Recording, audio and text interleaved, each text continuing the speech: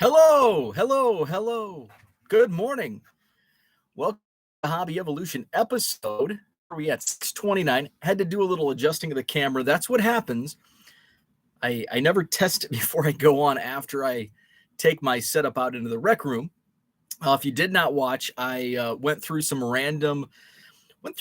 some fun boxes. There was some nice surprises in what I found in the Goodwill pallet. There was some junk, which there's always a lot of junk.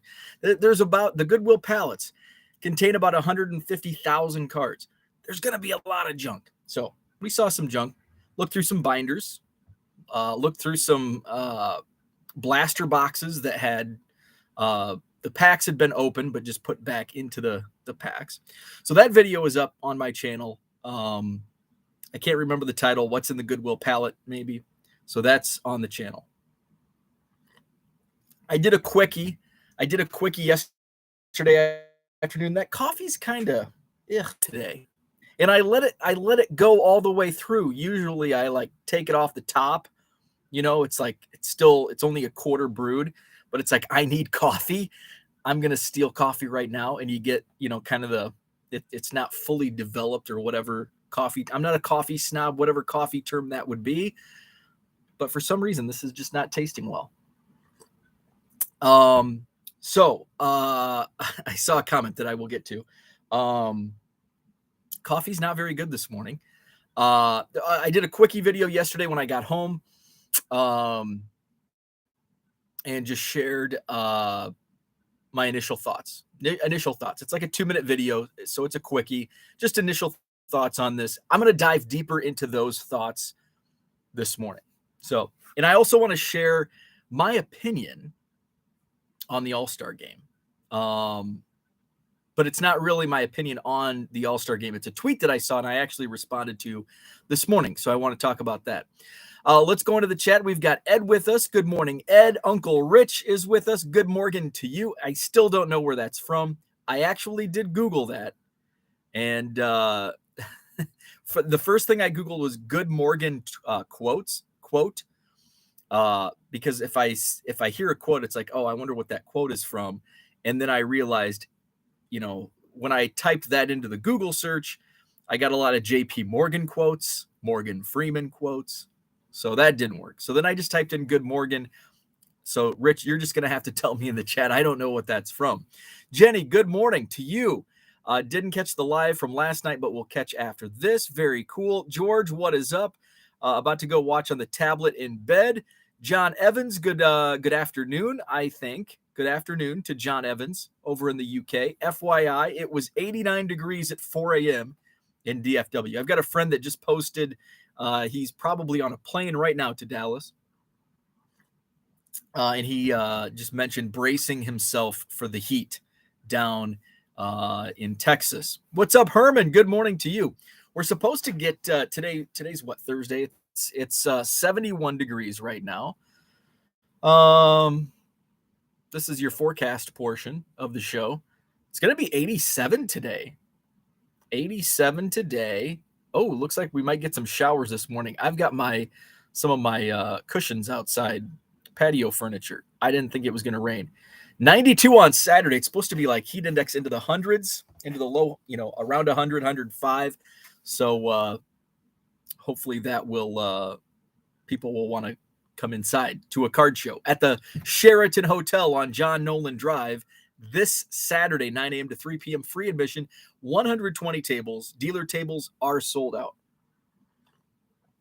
Jenny said, Bo must be getting ready for a haircut. No, I am not actually.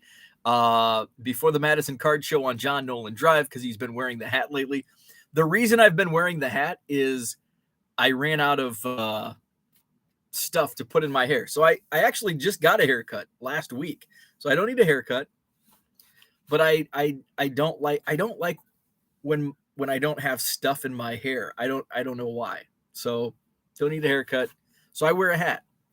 Let's see. Herman says with a Sweet Carter auto. Oh, we skipped ahead. Where are we at? Let's see. Huddle Card Collection. What is up? Good morning. Guten Morgen. David, what's up? Turkey Cards. Masood, what is up? Good morning to you. Hint, LA Radio. LA Radio. I'm lost.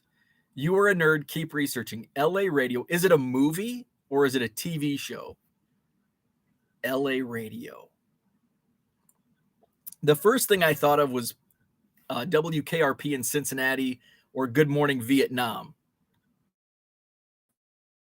KRP with your latest hint. So I'll have to keep digging. Zach and Porter, what is up? Tracy, good morning. Herman says, if you like humidity, you should be in Georgia right now. It's pretty humid up here.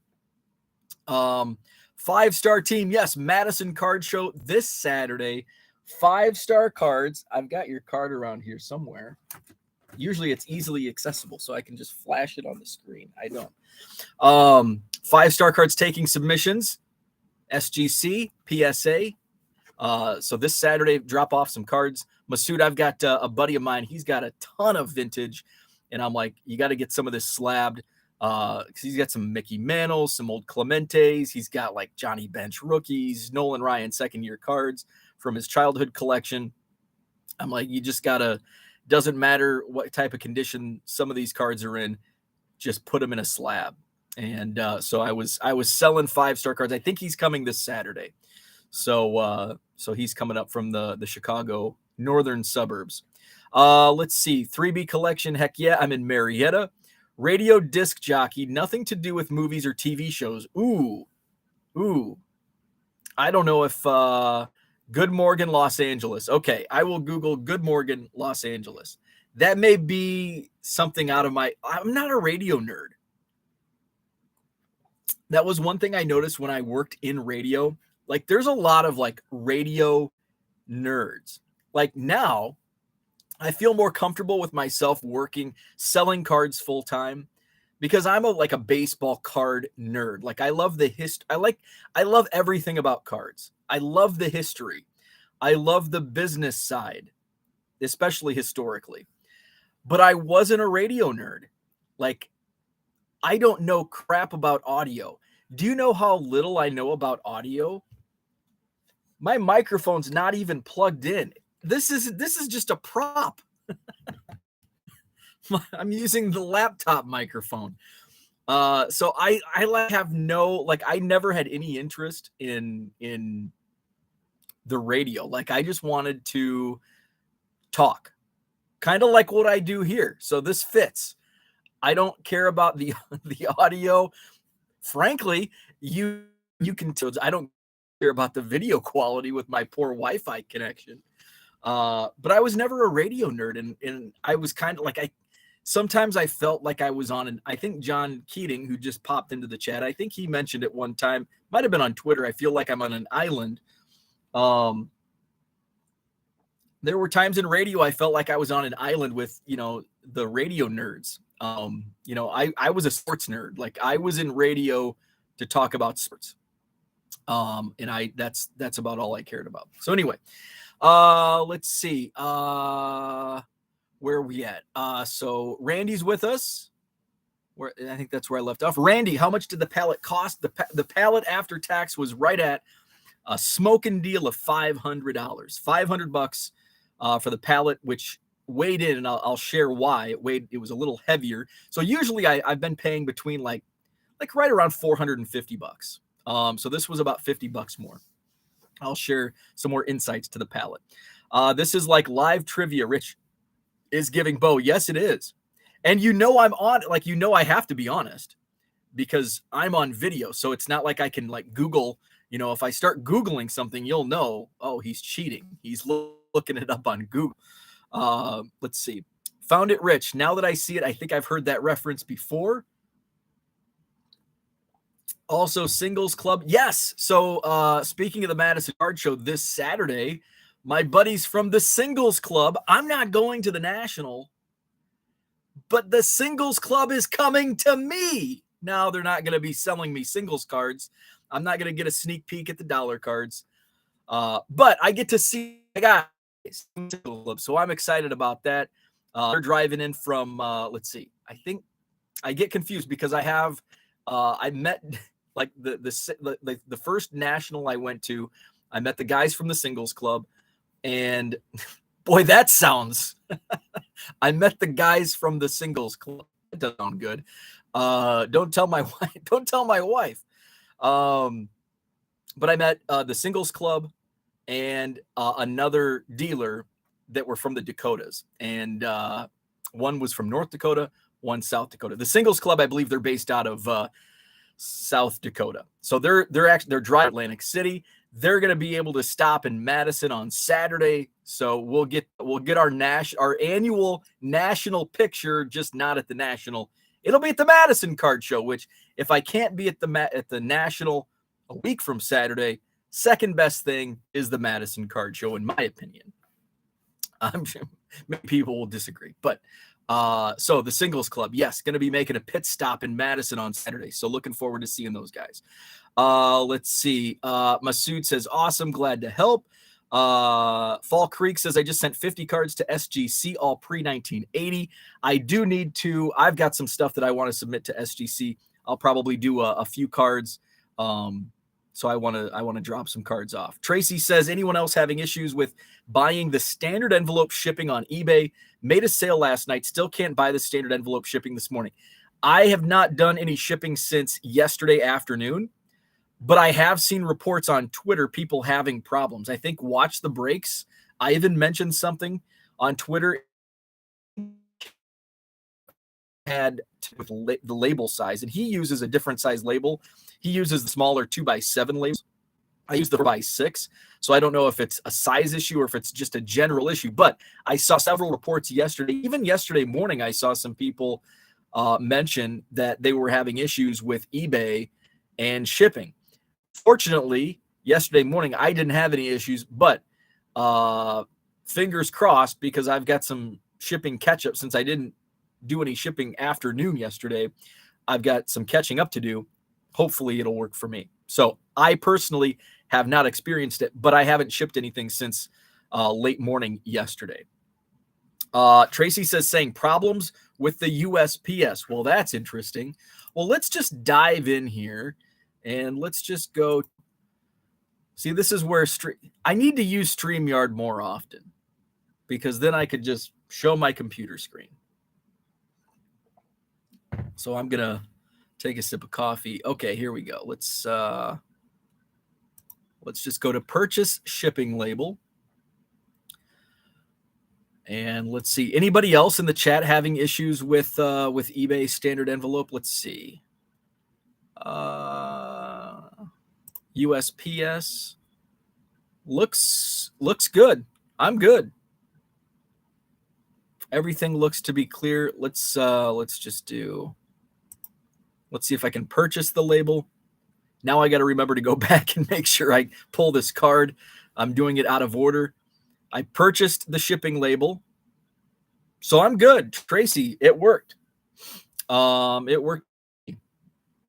So I'm just going to leave that screen open so I can get back to it and ship that card out. But there is a note, like at the shipping screen. It says all of these carriers are having issues at the moment. USPS, FedEx, UPS, everybody's having an issue. Rich is a radio nerd. Dan, what is up? And I can actually say good morning to Dan because Dan is in the States, not in Korea. Let's see. That is why I want to hear your air checks. Let's see. Jenny says he knows so little about audio. He has a fake mic. It's not a fake mic. It's just an unplugged prop mic. It's a real microphone. If I plugged it in, it might work. Although the reason I stopped using it was because we were having those audio issues. Let's see. John says, frankly, that counts as a Frank reference. Drink up. John says, was a sports nerd. Singles Club has asked to sign autographs at your show. Huddle says, Tracy, I had an issue with a regular label on eBay yesterday, not the standard envelope label. So sounds like there was issues across the board with eBay shipping yesterday. Asked you to sign, that is. Jenny thinks they're from North Dakota. I can't remember. I can't remember. I know they're from Dakota, north or south.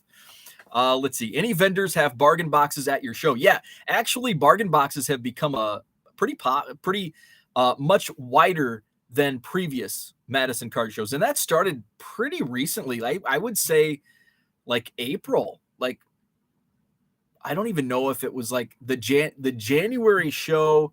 I still was in the one room, so I didn't have any bargain box. I don't even know if I set up in January. So in for several months, I was the only bargain box dealer. I mean, there were some vendors that had like small dollar boxes here and there, but not like a dealer that, focused on bargain box cards. Now I've got several dealers that do. I've got, a few dealers that have some great boxes. So yeah, bargain boxes are pretty popular. They've become popular too. More popular. Let's see. Zach and Porter says John Newman did a great interview on SCN with the Singles Club guys. Check it out if you haven't.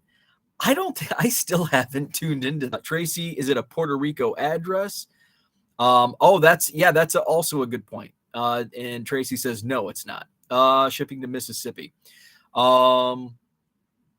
Yeah, sometimes, and it's only like it's basically 50% of Puerto Rico I have issues with, and I just have to throw a regular stamp on, and half, so bearded bookworm, like half of Puerto Rico works. And it's basically, I don't have concrete, but it seems like roughly half of my Puerto Rico labels work. I mean, it depends on where it's going. I assume there's just some parts of Puerto Rico, it doesn't go through that sorting facility that has the scanning capability. So that's why it doesn't work to some, and it does work for others within Puerto Rico. Let's see. Nick printed all of his with no problem. What is up, Nick? You can check out. He'll be set up at the Madison Card Show this Saturday, Nick and Colton. Let's see. Fall Creek says, I made a label at like 9 last night. Let's see. Bearded Bookworm says, dang, Jenny, you beat me to it. JG says, yeah, the buyers who claim card never arrived. Tracy says, I'll have to go check again. Last checked at 6:30. D Long, new to your channel, what do you use for your quick bulk listing on eBay to do 500 to 1,000 cards a day? Best of luck with the Pallet. Thank you, D Long. Welcome to the channel. Thank you so much for jumping on. So I use eBay's file exchange, and let me share a link. I have a free. That's the best part about it. As you're getting it set up, it can be a little clunky at first, but once you get into a rhythm, it works, and I'm able to fly. I can do about 125 per hour. If I have everything, if I don't have to comp, if I have the card ready. So here's the link. I'm going to drop it in the chat. And that includes the template that I use for eBay's file exchange. John says, I think Jenny lives in East Dakota. Jenny says, trivia round 2, fill in the blank Dakota to decide where Singles Club is from. I live in Canada, according to the people that live in the metro area. Good morning. What's up, Victor? Late start. Alarm malfunctioned this morning. Let's see. Today was one of those days where I woke up before my alarm, and I woke up and it was, the rise is so early now. And I woke up and it's like, oh, time to get up. It was, I think, 4:45, 5 o'clock. So I'll be like dead tired by 3. Actually, no, I won't, because I'll probably be at the Sheraton Hotel on John Nolan Drive. Speaking of the card show this week, kind of circle back to that again. The Dane County Fair is going on this week. So after the card show, just hop across John Nolan Drive. There's a crosswalk from the Sheraton to the Dane County Fairgrounds, and have yourself a corn dog, an elephant ear, and a lemon shake-up. Dane County Fair, right across the street from the Sheraton, right across the street that is named John Nolan Drive. So check it out this Saturday, Madison Card Show. Zach and Porter said, the guy who sells tickets, I'm having a brain fart, is an awesome bargain box dealer. Check him out. Great guy, too. Unfortunately, I think he's only set up once. And it was fortunately and unfortunately, I don't know what that was. Something made a boom upstairs. That would have been Kurt. But yeah, that was April was the only show he set up. So yeah, he had some I could tell he had some great bargain boxes because I didn't get a chance to talk to him until the end of the show because there was always a crowd around his table, people looking through his boxes. So that's when you can tell there's a good bargain box, when you have a hard time getting to a box. And yes, he is an awesome guy. He's on Twitter as well. I don't know if he because his Twitter name is not his real name, so I don't know if he wants to if I should out him or not. But he is on Twitter. Let's see. Dak T-Mac fan, what is up? Singles Club has a backpack full of random stuff you can purchase online, and they will ship from the National. Yes, they do. Thanks for the link, David. And I, because I spend so much time at their booth at the National when I go, that I saw, I think last year might have been their first time, maybe their second, but I saw more of them last year if it wasn't their first. And there's some pretty cool stuff. Like there's slabs, and sometimes there's like unopened boxes. And I think they're in a Pelican case. David has the link up there for those backpacks. Placed a big ComC order, and it has been shipped early. I've had great luck with ComC shipping early. Awesome. Wouldn't it be cool if everyone hit the like button? That would be cool. Hit that like button. Subscribe to the channel. CCA Gaming is moving back to South Dakota soon. Very nice. What part of South Dakota? I've been to the locales of Brookings, South Dakota, Vermilion, South Dakota, and Sioux Falls, South Dakota, in my Summit League journeys. I've never been out to Mount Rushmore. Is it the Black Hills, Badlands, whatever's out west? I've never been to Rapid City, never been out to the western portion of either Dakota. But I've been to North Dakota. I've been to Fargo and Grand Forks. Grand Forks is let's see. Johnny Boy Cards, what is up? Zach, what is up? Zach in Georgia in the house. Good morning to you. Let's see. Bearded Bookworm says 28 photos per upload to Image Shack. Absolutely. And then thanks to AA Cards with the tip to upload the photos and then sort your cards to enter into the spreadsheet, which saved me a ton of time. So so I do 28 cards at a time, and then upload those to Image Shack, and then do a bulk copy paste on those 28 images on the one page, and paste that into the spreadsheet, and then I start doing all the title typing. John says Bo uses Oompa Loompas to scan, post, and ship. I wish. Enjoying a Danish in bed. Stud Boy Sports Cards, what's up? Good morning. John says Dane County Fair music coordinator needs to be fired. It's pretty weak, isn't it? Like, I was all excited. I'm like, oh man, who's going to be performing at Dane County Fair? Oof. Like, I'd take 2/5 of Queensryche over the lineup they have. And my apologies for if anybody is friends or members of any band that is playing the Dane County Fair this week. But yeah, I agree with John. It's a pretty weak lineup at the Dane County Fair. Let's see. Zach says, whoop. Skipped around. Let's see. I need to watch your Goodwill Pick It Up video from yesterday. Some of my favorite videos. Awesome. I appreciate that. John Nolan Drive is a happening spot. Dane County Fair and the Madison Card Show in one day. That is a lot of fun on John Nolan Drive. Frank just broke in your ball wall. Maybe that was Frank breaking in. Let's see. Zach says Frank is coming for justice. Watch out. Diego, what is up? DR says next year, do you think you might have a guerrilla marketing strategy at Broadfest and the county fair trying to get people to go to the show? You know, that's a good thought. I don't know.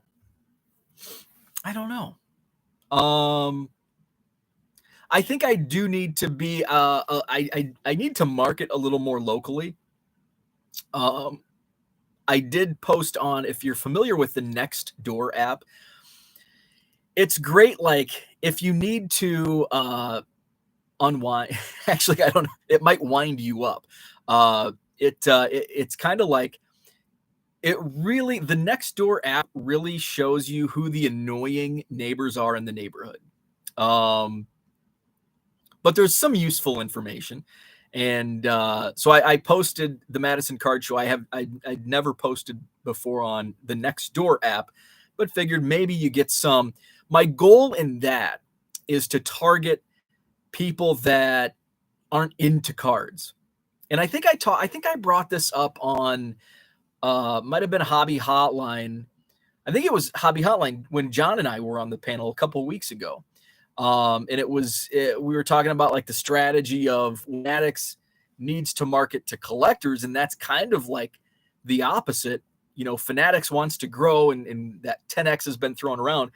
The way they need to market is the fringe, the non-collect. Like if you're watching this video, you're likely you don't need to have Fanatics market to you because Todd, like we are collectors. We are, following the products in the hobby very closely.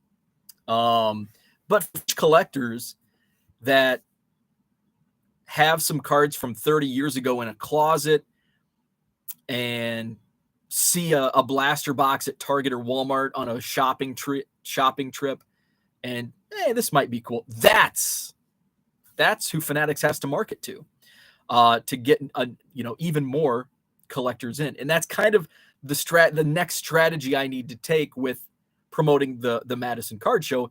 And with the Facebook advertising, it's worked in the fact that once I started to expand the net within the interests, initially my Facebook advertising was targeting people who liked Topps, people who liked Panini Group, people who liked baseball cards, collectibles. But then all of a sudden it's like, well, what if I target Green Bay Packers fans? And you say, well, that could be wasted money targeting the wrong people. And it's not foolproof. Like you're going to target, and I'll get the people that comment on the Facebook, oh, this is spam. Facebook ads is unethical and all that BS. But it's targeted many people who I've talked to personally at various Madison card shows that come in, and they're, one gentleman, he was probably in his 60s or 70s. And he goes, I was getting ready for my nightly walk last night. And I just happened to be on Facebook, and your ad popped up.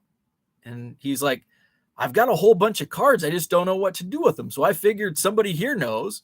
And I've heard a lot of those stories. So going back to whose point? Dan's point, a different marketing strategy to, lure, it sounds bad, but, draw in, I think is a better term to use. Draw in, a different customer base, not somebody who's, consuming my content on YouTube, not somebody that's, buying hobby boxes every release, somebody that's, reading Sports Collectors Daily every morning. But the people that, how many people, I talk to multiple people every single show that say, I saw your ad on Facebook. I haven't been to a card show in 30 years. I used to do card shows in the 90s. And here they are through that Facebook advertising. So that's casting a wider net does help. And to Dan's point, I think that's my next step, a little more local strategy, especially like in the winter months. Like, weather can be, I get a lot of people coming in from Minnesota. Heck, the Zone came in from Fargo, a couple months ago, or last month, 2 months ago. Driving in a couple hours away, those winter months can be tricky. Maybe the weather's okay here, but it's not in Minnesota. Maybe the weather, sucks here, and even some of the local guys can't come. So I think, reining it in, still casting that wide net, but also doing some different marketing strategies within this market would help. So that is a good point. Let's see. Jenny says, I'm working on sending my first COMC cards to sell, going to start with 100 and see how it goes. Very nice. CCA going to Sioux Falls. I've never been to Wall Drug, but I've seen the bumper stickers. I've seen the sign. It's really cool when you see a sign, like a sign from like 50 years ago that's still, um, when I lived in Macomb, Illinois, there's a small town about half an hour north called Roseville, Illinois. Roseville, Illinois. And there's a like in the downtown. Now, Highway 67 in Illinois used to go through it bypassed, gosh, it's probably been 20 years ago. But Route 67, in fact, it was probably 20 years ago, because 25 years ago, when we would go down to watch the St. Louis Rams in the 90s at training camp, it would go downtown, and that would be like our last stop. It's only like, again, like a half an hour from Macomb, but that was like, we would stop at the Casey's General Store in Roseville, Illinois, in downtown. I don't know if it's still there, but as of 10 years ago, there was a sign in 1,100 miles to Wall Drug. So it's cool to see those old signs. But I've never Sioux Falls, been there a few times. Summit League championships are held in Sioux Falls. There's a sports bar downtown that was like our spot. We would always end up down there. I can't remember the name of it, but it was a good time. DR says, I told my wife I should hang out at the singles club at the National, and she looked at me weird. Let's see. Zach hit the like. Thank you very much. I appreciate that. Where are we at in the chat? Fall Creek. He means Minnesota West. CCA Gaming. I lived in Grand Forks for about 98 to 2008. Very nice. I was a big fan, and I believe it's closed now, but the bronze boot, not only was it awesome because it had like one of those huge bronze boots as a sign. Grand Forks, like I remember like at night, I was there for a couple of days. We played North Dakota in basketball. And I remember looking at, like, I don't know if it was downtown, but it looked like Vegas in this. This sounds silly to say comparing Grand Forks, North Dakota to Las Vegas, but it looked like, the old signs from Vegas, like the 70s Vegas. That's what Grand Forks, it was like caught in time.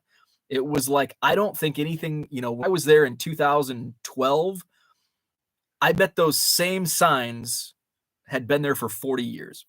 Grand Forks, North Dakota. Bronze Boot, delicious steakhouse, which I believe closed a few years ago. John says, Jesus, they were 3/5 of Queensryche in April. Did we lose another fifth? Okay, 3/5. I couldn't remember if it was 2 or 3. But that would be better than the current lineup at the Dane County Fair. Let's see. John says, please don't tell Frank about his Wikipedia page. I don't need any more enemies. Huddle card collection. You hit the nail on the head with Next Door. It's amazing how many annoying neighbors there are. Yeah. And it's like, and then when I take the dog for a walk, it's like, okay, head down. This is the crazy neighbor that, this is the crazy neighbor that complains about everything. Put your head down. Don't pee in their grass. Don't pee in their lawn. And make sure I'm going to like turn around, because dog poop is like the #1 concern on Nextdoor, the Nextdoor app. So when my dog poops in like grass, I like make sure to like slowly, like I don't want to do a quick pick, because they may look at some of these neighbors, man, if a dog poops in their lawn, they're like narrowed in on that Ring camera video. And I want to make sure that I'm clear as day. Slowly, see, I'm pulling the bag. This is a poop bag. I'm going to slowly pick that poop up. Let's see. John says, which is why I disagree about them promoting card shows. They need to reach at the core. That's a good point. That is a good point. The core is already hooked. That is a good point, which I don't think I really considered at the time about, the card shows. I think my thought process with the promoting of the card show is basically slapping their name on it. It's basically a hey, here's $500 and I'm probably underselling it. Whatever it is, and I guess it depends on the show. If Fanatics wants to promote the Madison card show, I'd probably take their $500 for a year. The Fanatics Madison card show, and they don't do any, like, they're not actually promoting the show. I guess that's where I was coming from, where it's just they're like a in name only, basically, sponsorship of car sponsor, not a promoter, but a sponsor. Jenny, you ever thought about posting a link to your eBay store under the collectibles section of Craigslist? No, that's a good idea. I haven't really been on Craigslist that much. Because every time I go, there's nothing on there. So I just kind of get like, eh.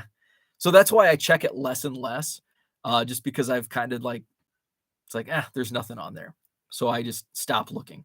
That's when I'm going to run into somebody at the next show and they're like, "Oh, did you see that awesome collection on the Madison Craigslist?" No, because I stopped looking.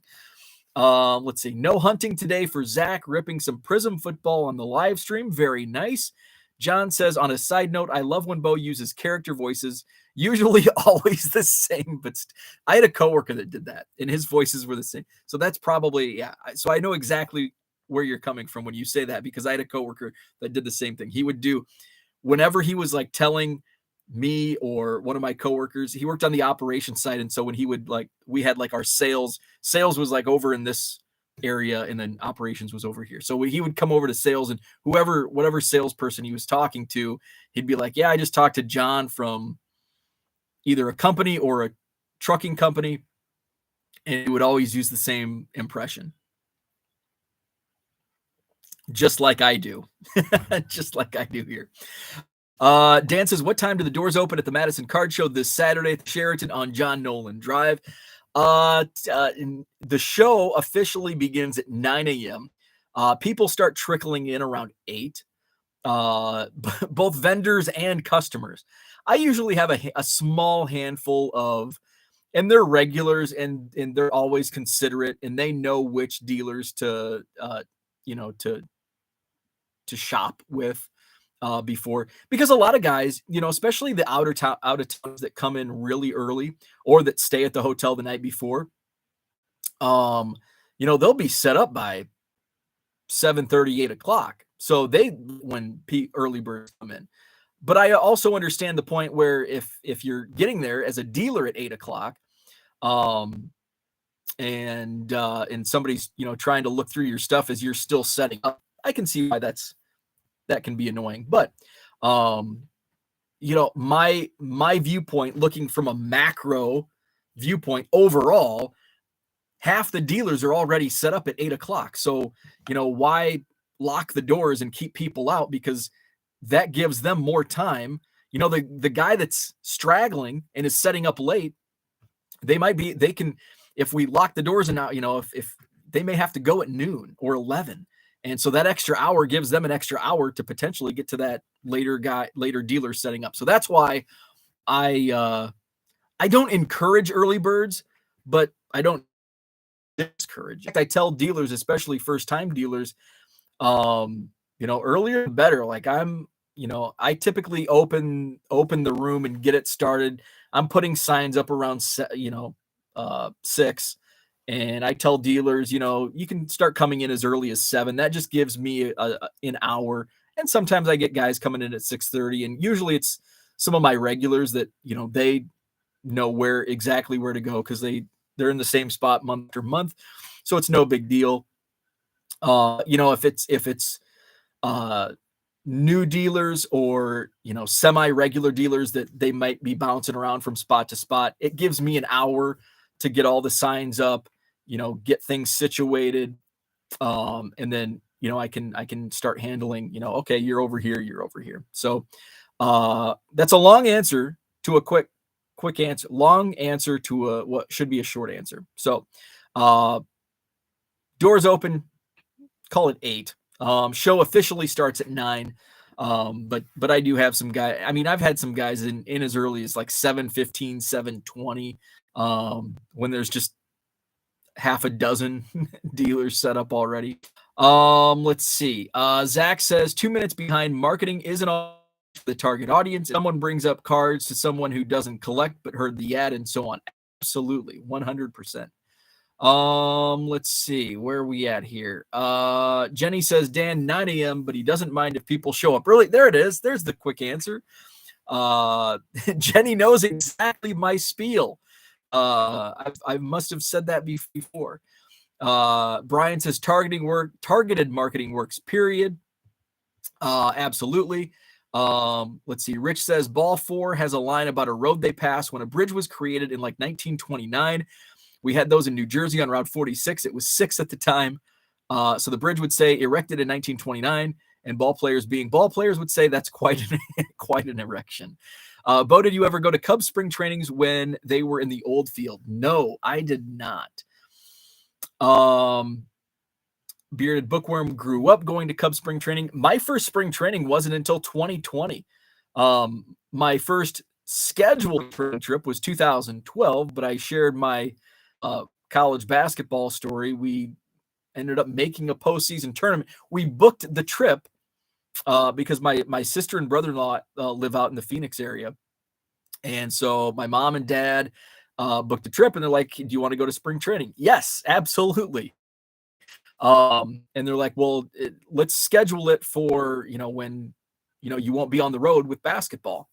And so scheduled the week, which was like the week of postseason basketball tournaments. We're not going to make a postseason basketball tournament. And we did. First time in Division I history, played at Oregon State. And so I spent a couple days in rainy Corvallis, Oregon, while my parents and my sister had fun at spring training. So no, I never, and I think they might have been the first year at Sloan. Or they might have been still at Hohokam. I can't remember. But anyway, no, 2020 was my first spring training. And fortunately I got there before COVID hit the US. Well, before COVID really hit the US, before it, before it shut down spring training, basically. Let's see. My ears are bad. Did you say quick pick or something else? I think I said quick pick. I hope I said quick pick. So, I was going to talk about the Goodwill Pallet, which I wanted to touch on this before I'll go into more Goodwill Pallet talk. So there was a 3-inning fan tweeted 2 days ago. I just saw it pop up on my feed this morning. The All-Star game was better when we were young. Why? Hard to know. Maybe because there was no interleague play, so it was special to watch the guys face off, open to other points, POV, points of view. So my response to this, and I think there's many angles, but my response was natural human behavior in that we perceive the past in a more favorable light. Adults in the 1960s, 1970s, or a previous decade complained about the current product and thought it was better decades prior when they were young. So,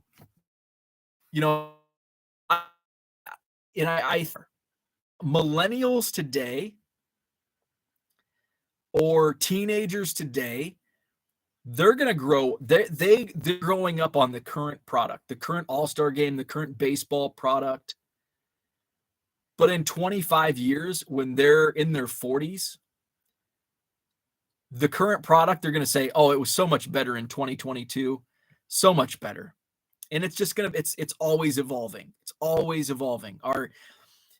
Here's the thing. Baseball hasn't changed in 100 and how many years? 50 years. Baseball hasn't changed. That sounds ridiculous, right? Baseball hasn't changed in 150 years.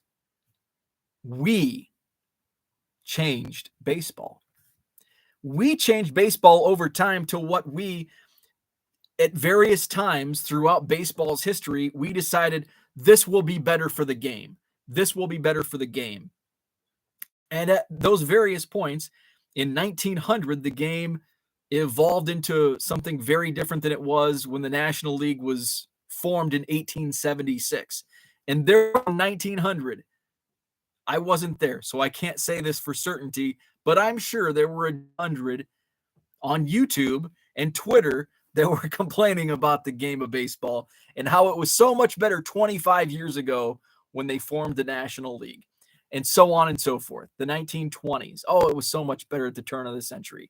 In the 1940s, oh, it was so much better in the Roaring 20s. Oh, those 1929 Yankees, the 50s. The golden age of baseball, the 1950s.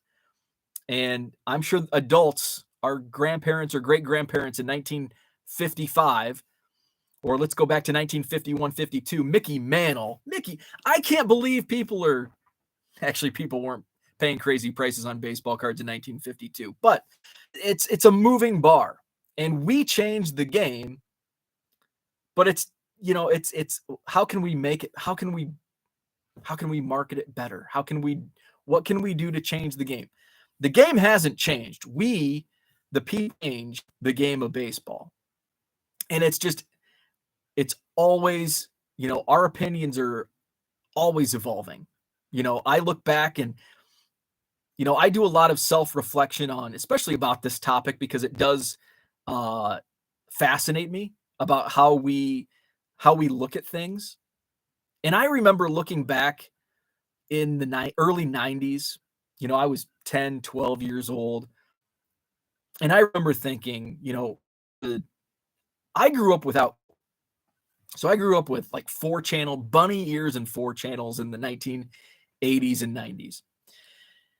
And, we'd go up to the local IGA to rent VHS tapes.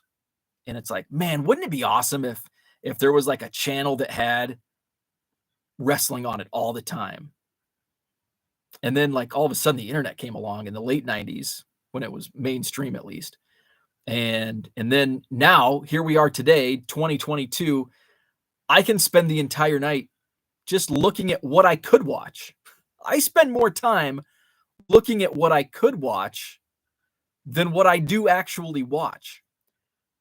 And I think there's, sometimes it's too much.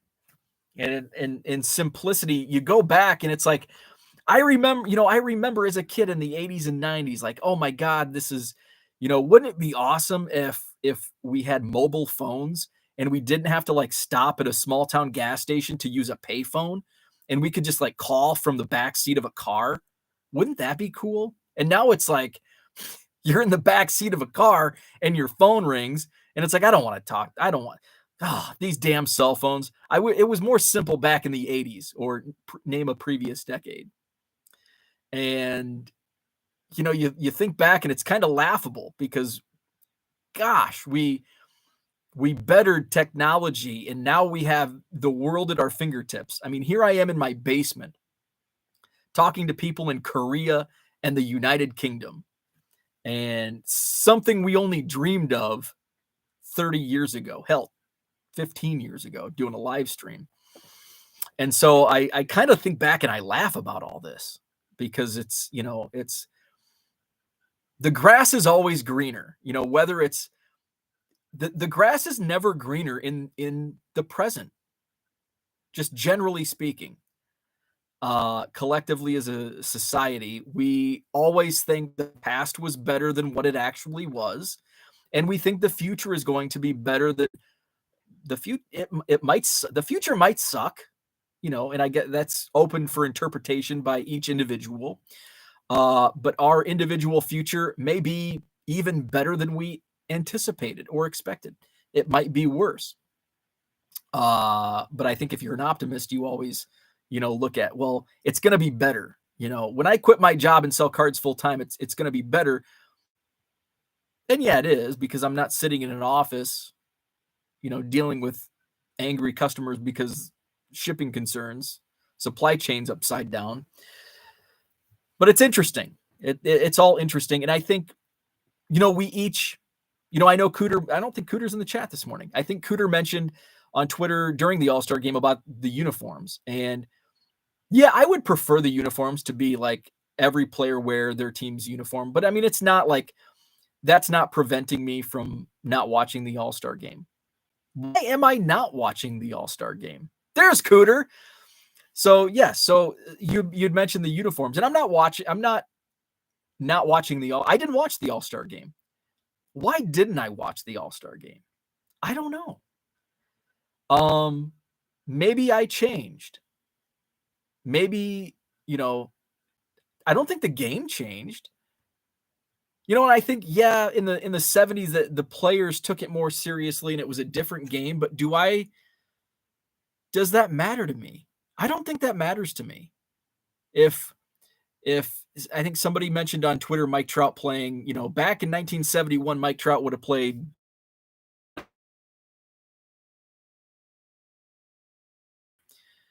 I don't think that affects whether or not I watch the All-Star game. I think it goes beyond the game. I just, I don't watch every Cubs game. I rarely watch Cubs games. Like, and I don't sit down and watch games. Like I'm always like I'm sorting cards or it's on in the rec room and I'm in here shipping. Like I don't sit down and basically I don't sit down and watch TV. Rarely. And even if I do, I'm on my phone. I'm on my phone. But it's, why am I, and now speaking about myself to myself, why am I not watching the game? I don't know. I think it's just because I'm not interested in the actual game, and I don't think it has anything to do with what it means. Well, this time baseball, and I don't even know, it's not home field advantage anymore in the World Series. It's not the uniforms, it's not the length of playing time by the All-Stars. I don't know. I don't know why I'm not interested in the All-Star game. I guess it's because I'm seeing some of the chats come across. I think it's just because I've just kind of lost interest in the game, but I don't think it's the actual game. And now I am just rambling. And I think this is why the game has changed so much. Because as we've evolved, it's just it's not interesting. So the people that are in control of the game, well, how come Bo's not watching baseball anymore? We need to get Bo back. And we make all these changes to try to lure more people in. There I go using that word lure again. Draw more people in. Why is draw lure seems so like awful. Lure, like he lured the unsuspected victim into his lair. He drawed. He drew the He drew the unsuspected. John says they call it an epiphany. They call it was really rambling. Let's see. Oh, no. Maybe. John says, "Oh, how you doing? Well, I'd rather be about anywhere else than here. No offense to you. My dentist is a Cubs fan here in Wisconsin, so he's got that going for him. But I would rather be in most places than sitting in a dentist chair. Midsummer Classic. No one says that anymore. And why is that? I think it's just because no one says it anymore because no one says it anymore. I don't think it's not said because it's no longer I think it's still the Midsummer Classic. It's just not marketed that way. Major League Baseball doesn't I think Major League Baseball probably marketed that way, or at some point somebody marketed that way that's no longer marketed that way. John says the past isn't what it used to be. Juan Soto flying commercial after turning down $440 million. This guy has a low Q rating than Nickelback. Jenny says, I'm uploading minor league cards now, and I just love some of these names. Hot Rods, Scrappers, better than the major leagues. And it's gotten even better. I don't know what years those are. Well, Hot Rods is fairly new, Bowling Green Hot Rods. But now it's almost like minor league teams are trying to top one another because they learned at some point, I think in the 90s, is when those minor league apparel sales really took off. There was a company in the 90s. I used to get all these catalogs with clothes because I love those names, and they had apparel, and was it Starstruck? There was some apparel company that specialized in apparel for minor leagues, so they must have had licenses for Toledo Mud Hens. There was a lot of different, and of course now I can't remember what other ones there were, but Toledo Mud Hens was one of them. There was a lot of different minor league teams, and their apparel really sold well. And so it took a couple decades, but many other organizations finally caught on. And it's if we just name our team after the big league club, we're probably not going to sell as much apparel. But if we come up with a really stupid name like the Downs, what is it? What's the raccoon down in Arkansas? That's probably, and actually there's a guy that comes to the Madison card show and he has at night. And I know what it is because it's such a ridiculous. European footballers are the only ones living best lives. Everyone else is faking it. Traditional TV worked to my 7-year-old wasn't super successful. Can you imagine? Can you imagine like being a 7-year-old today and thinking about a pre-internet age? Like to us, it's second nature because we grew up, I think most of us probably, grew up most of our life, most of our childhoods and adolescence without the internet. But can you imagine like an epiphany happened to me? I think it was pre-pandemic. I'm sure it was. It was a few years ago.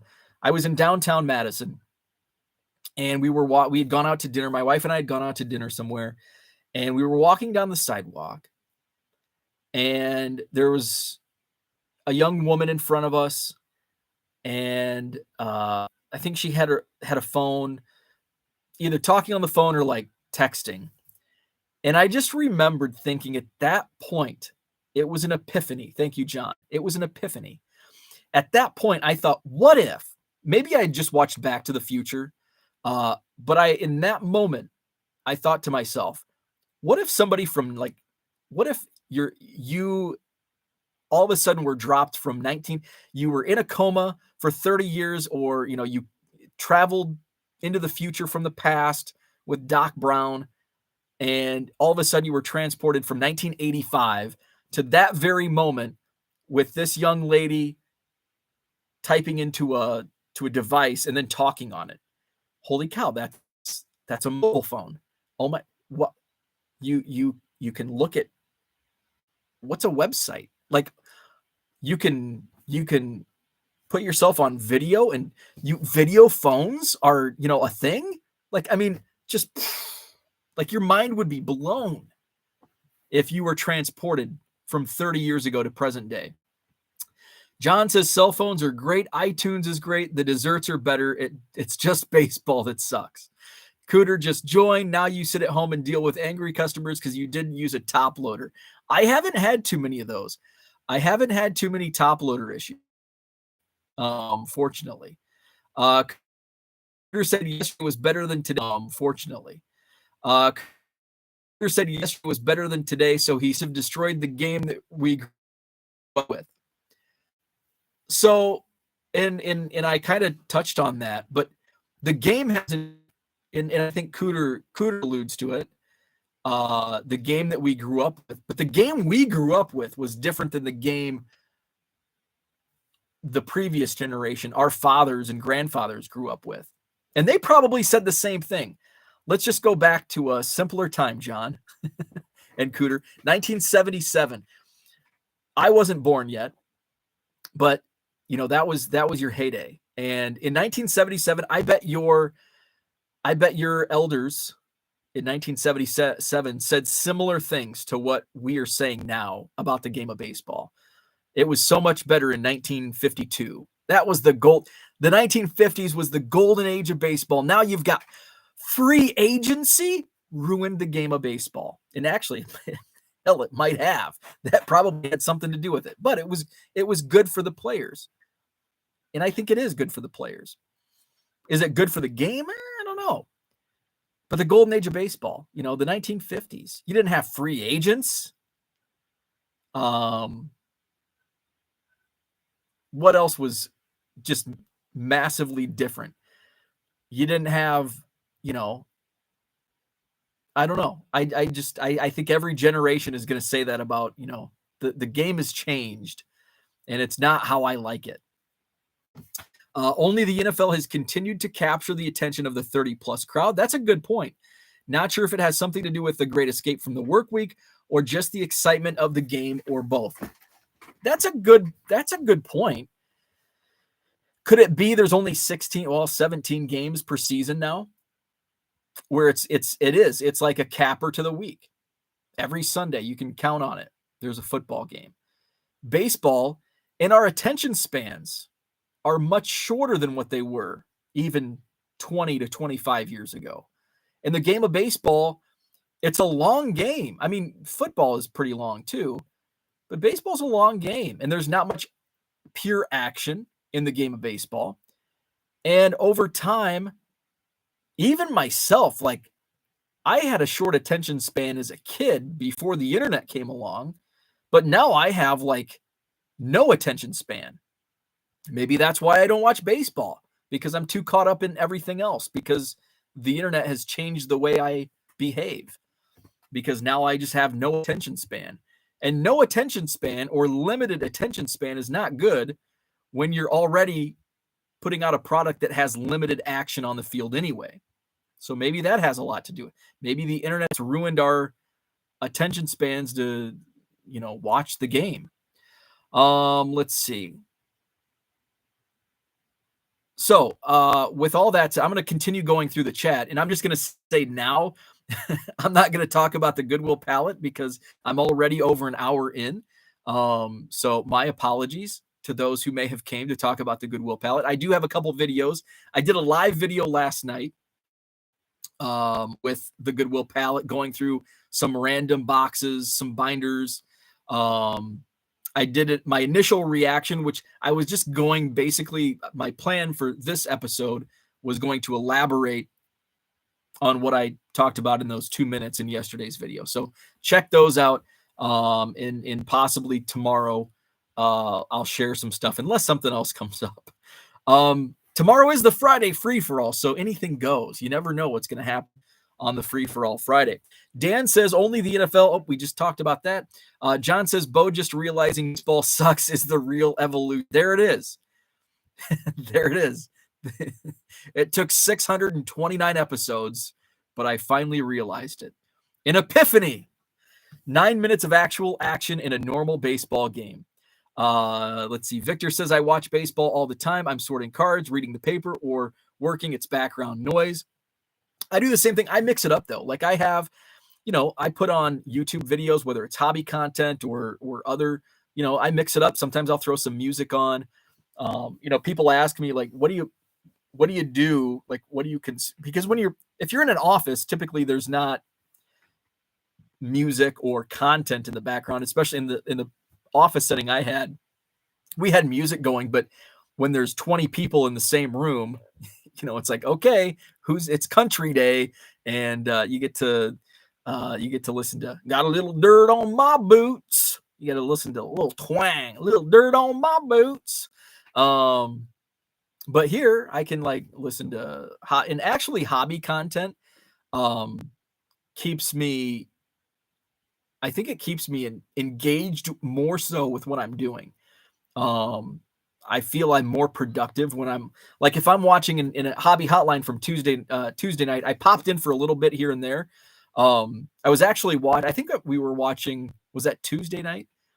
I think we were watching Tuesday night. Yeah, the All-Star. So Tuesday night we were watching Only Murders in the Building.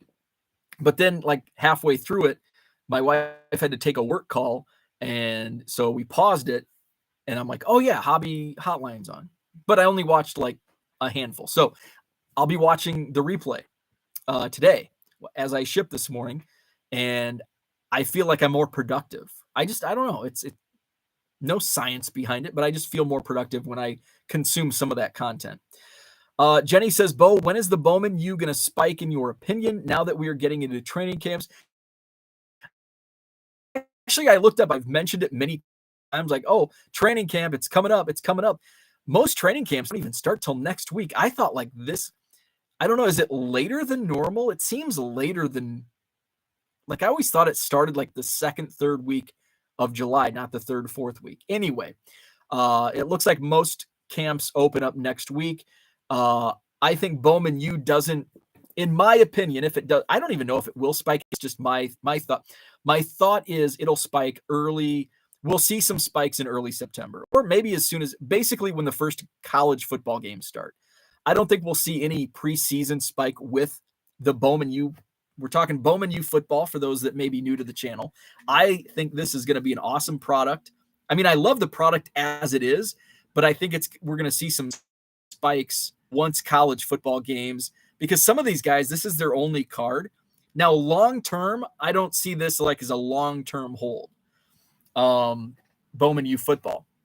But for some of these players that are still in college and it's their first Bowman card, this season it's their only card. So I think there's going to be there's a big following for college football. Will it translate to cards? And they are, there's no uniforms. It doesn't even mention which college so will that, prevent, I think that'll prevent some, big time values.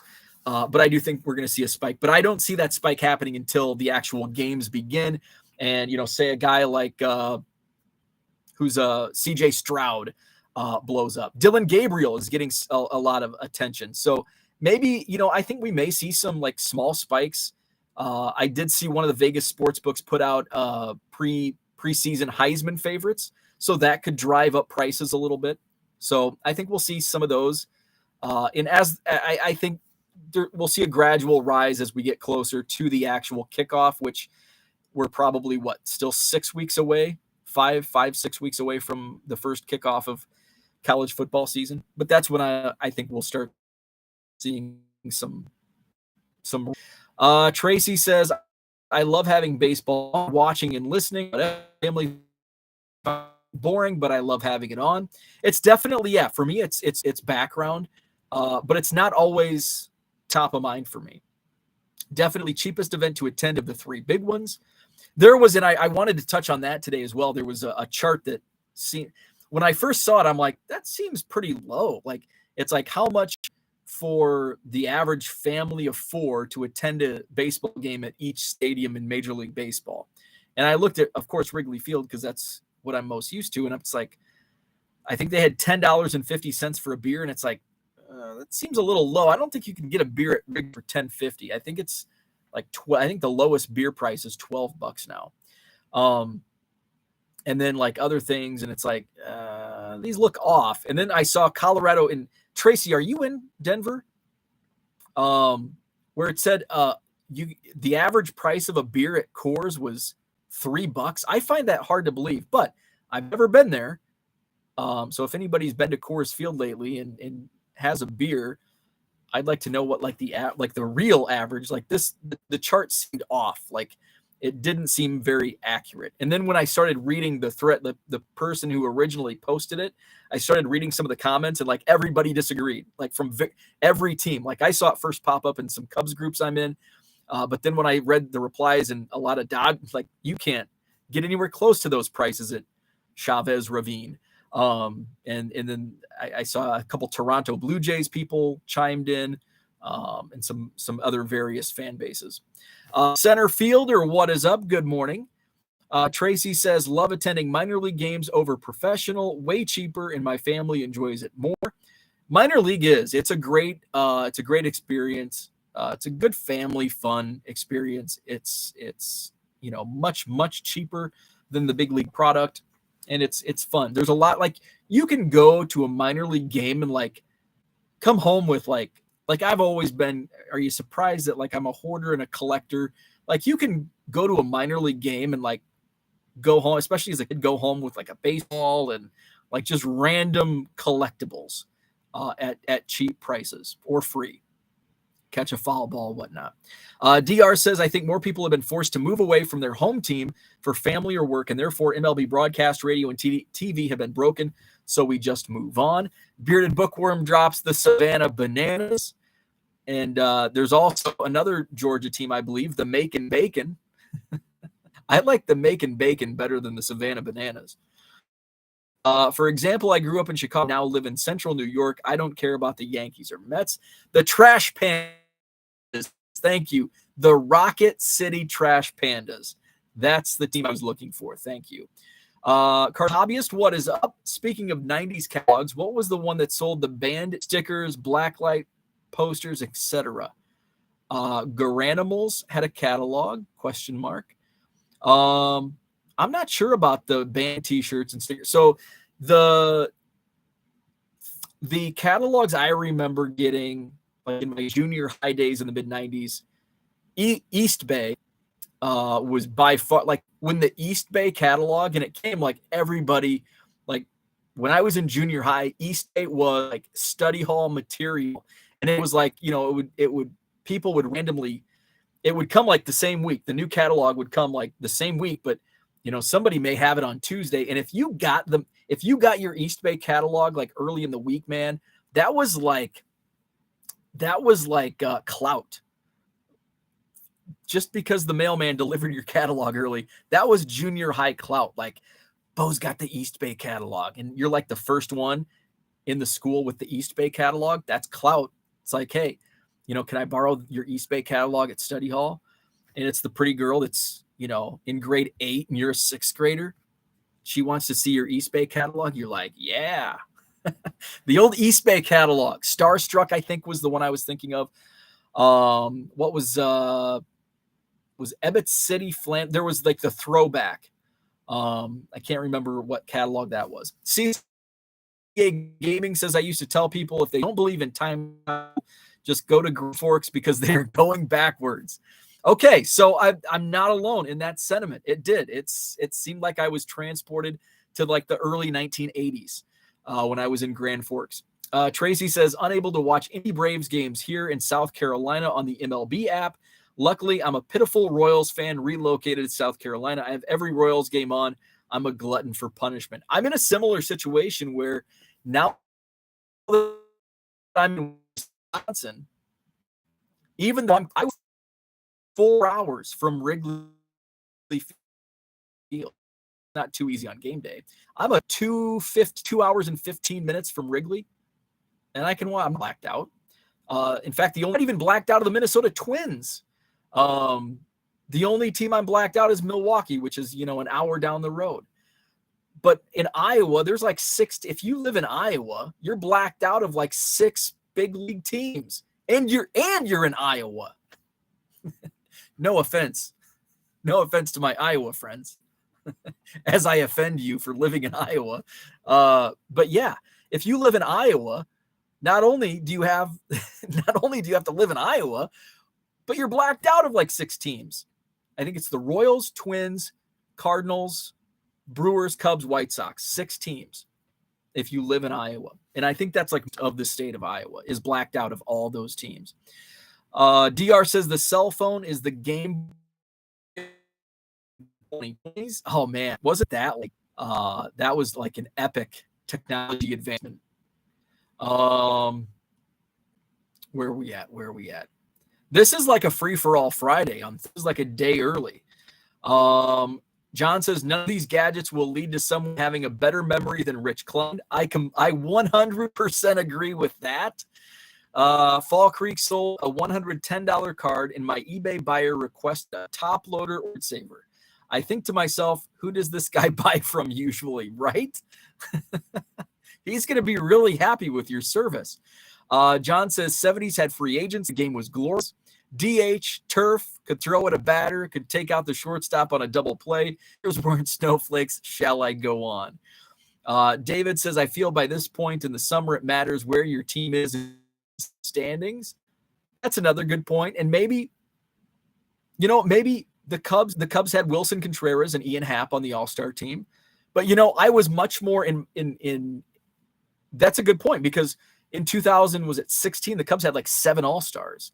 And I was much more interested in the All-Star game because half the team was at the All-Star game. And the Cubs were really good. Now the Cubs kind of really suck. They had a couple All-Stars, but it's just like, John says, keep in mind that football changes the rules constantly in order to improve the game.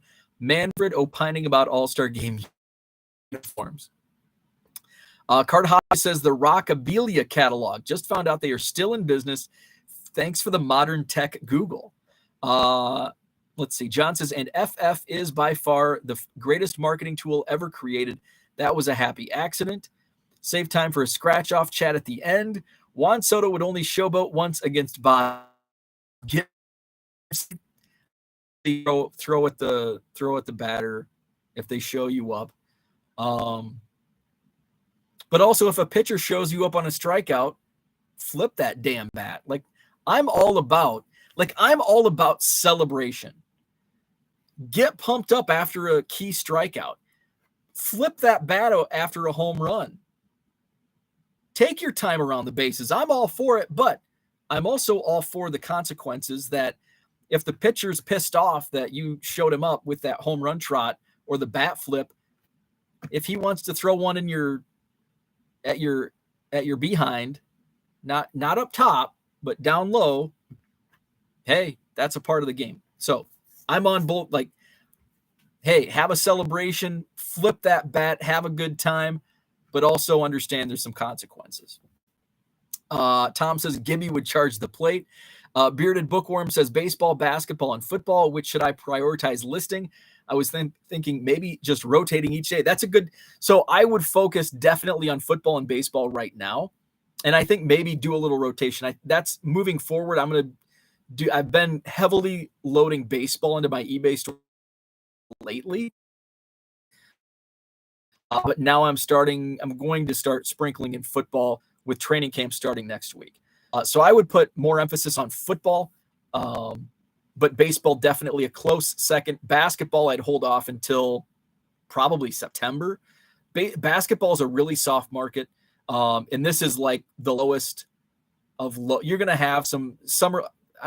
Summer league might be over by now, or it might be last week. I don't know, but there's not much hype around this. This is kind of like the dead time for basketball. This is like the deadest of dead for basketball in the off season because we're just coming off of the finals.